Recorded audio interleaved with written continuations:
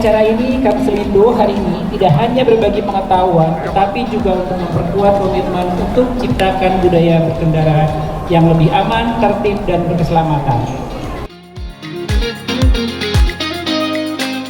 Assalamualaikum warahmatullahi wabarakatuh.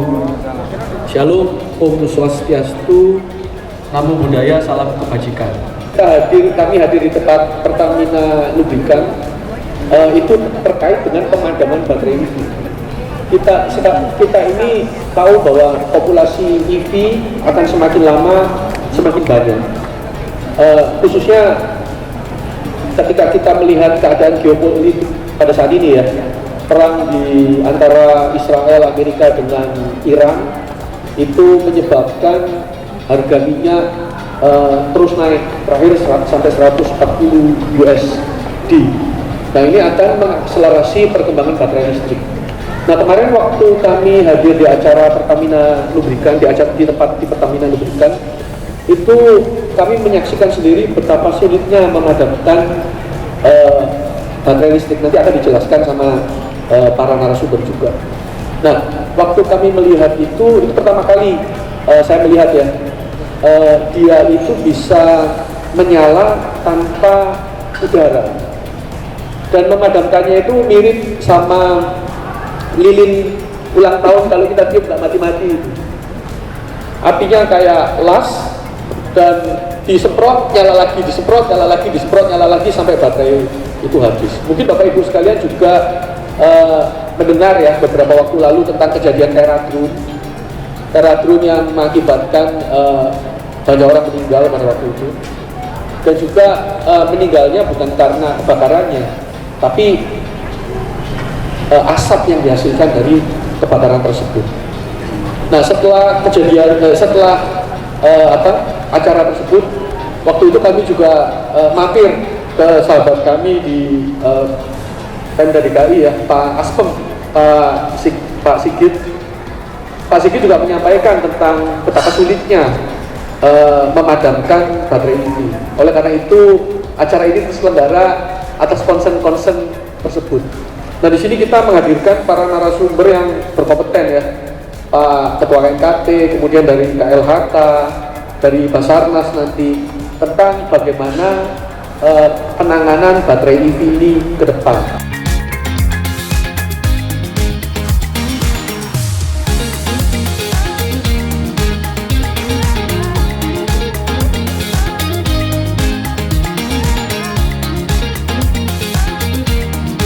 Yang pertama, ketika terjadi kejadian kebakaran atau kecelakaan dari mobil EV, sebenarnya siapa yang ditugasi oleh negara untuk menjadi first respon kita?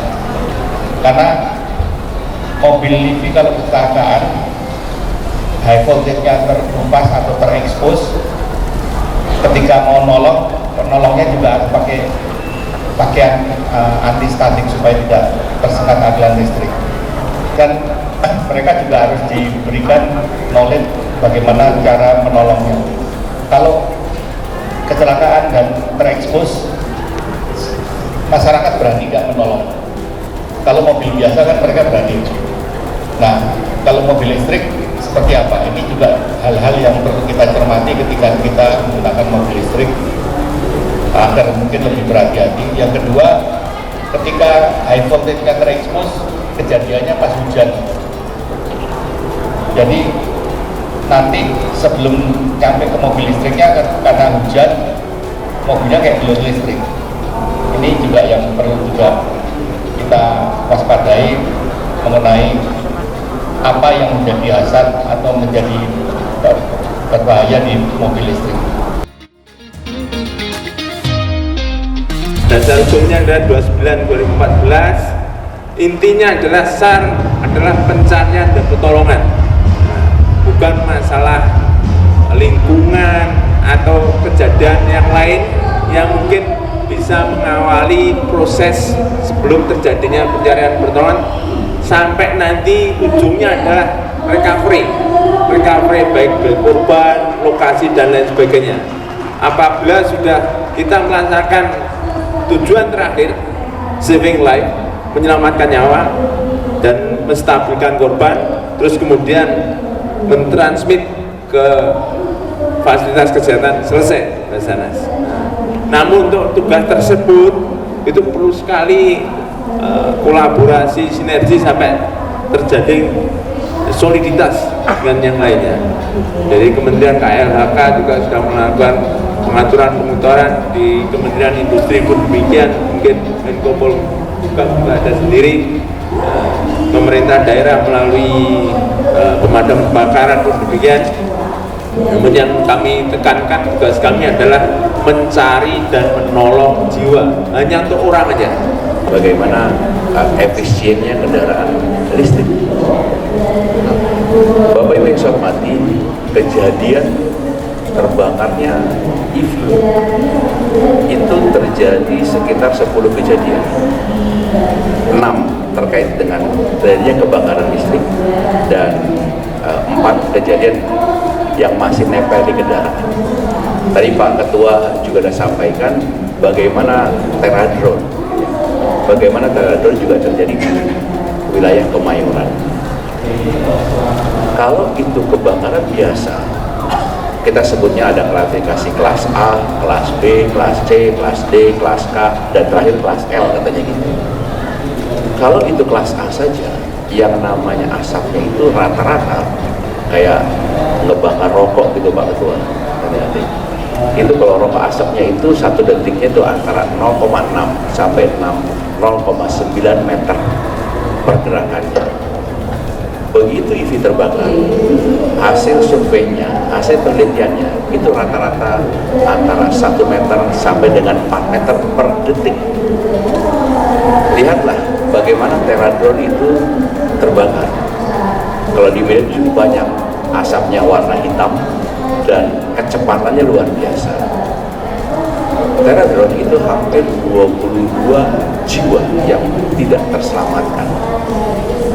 Kami berhasil mengevakuasi sekitar 19 orang.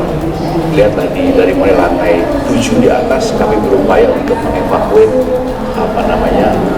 warga yang terjebak di teradron itu.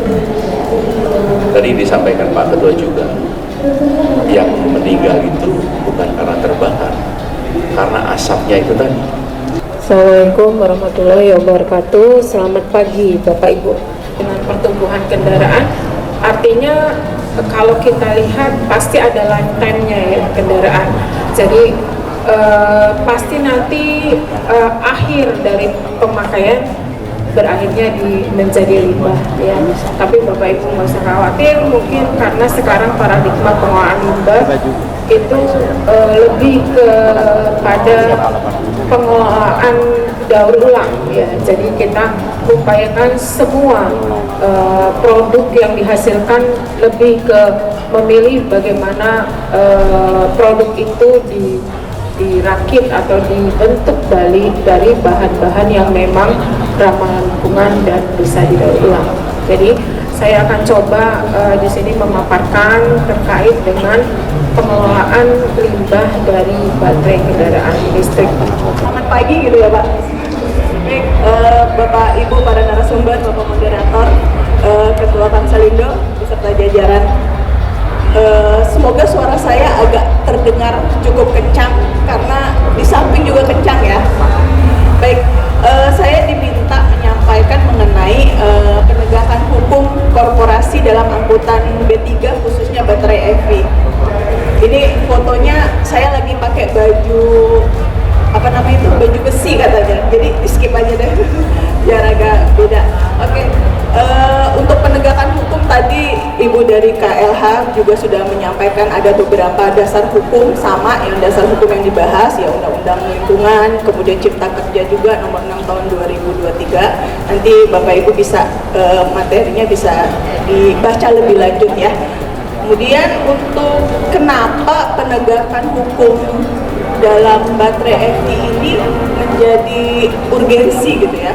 Karena tadi sudah disampaikan juga oleh beberapa narasumber, memang baterai EV ini dikualifikasikan sebagai barang berbahaya. Kemudian juga ada tadi kelas-kelas yang saya dapatkan info merupakan kelas 9 karena risiko kebakaran kimiawi yang sulit dipadamkan dan potensi kebocoran limbah B3. Nah, sehingga dari bahayanya itu juga munculan nih identifikasi risiko ketika pada saat pengangkutan terjadi suatu kebakaran, kemudian juga kebocoran zat koresif, dan juga ketika baterai itu sudah selesai atau mungkin nggak bisa dimanfaatkan, dilakukan pembuangan secara ilegal. Nah, itu ada beberapa aturan hukum yang mungkin bisa menjadi panduan Bapak Ibu dalam melaksanakan kegiatan tersebut.